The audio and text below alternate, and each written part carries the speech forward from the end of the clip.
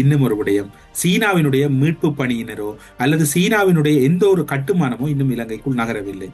ஒரு கருத்து கூறப்படுகிறது, சீனாவில் இடம்பெற்ற அவங்களுடைய கம்யூனிச மகாநாடு ஒன்றுக்கு அழைப்பு அனுருகுமாரவுக்கு வரவில்லை என்று கூறப்படுகிறது. அது முழுமையாக உறுதிப்படுத்தவில்லை. சில வேளை இப்போது அனர்த்தம் இடம்பெற்றதனால் அவர் செல்வதை தவிர்த்தார் தெரியவில்லை. ஆனால் அழைப்பு வரவில்லை என்று கூறப்படுகிறது.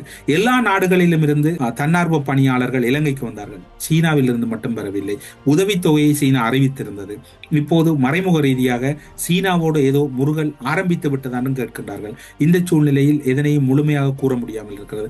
பொறுத்திருந்து பார்ப்போம் எவ்வாறு என்ன இடம்பெறப் போகிறது என்று. ஆனால் அமெரிக்காவினுடைய அதிரடி ஆட்டம் இலங்கைக்குள் ஆரம்பிக்கப்பட்டு விட்டன. அவற்றை மட்டும் இப்போது திடமாக கூற முடியும்.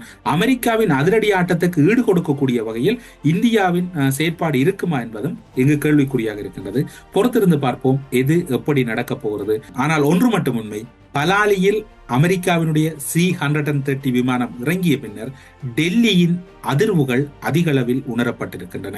அவர்களுடைய முடிவுகள் கூட இப்போது சற்று வேகமாக எடுப்பதில் கூட சில தாமதங்கள் ஏற்பட்டிருப்பதாக கூறப்படுகிறது.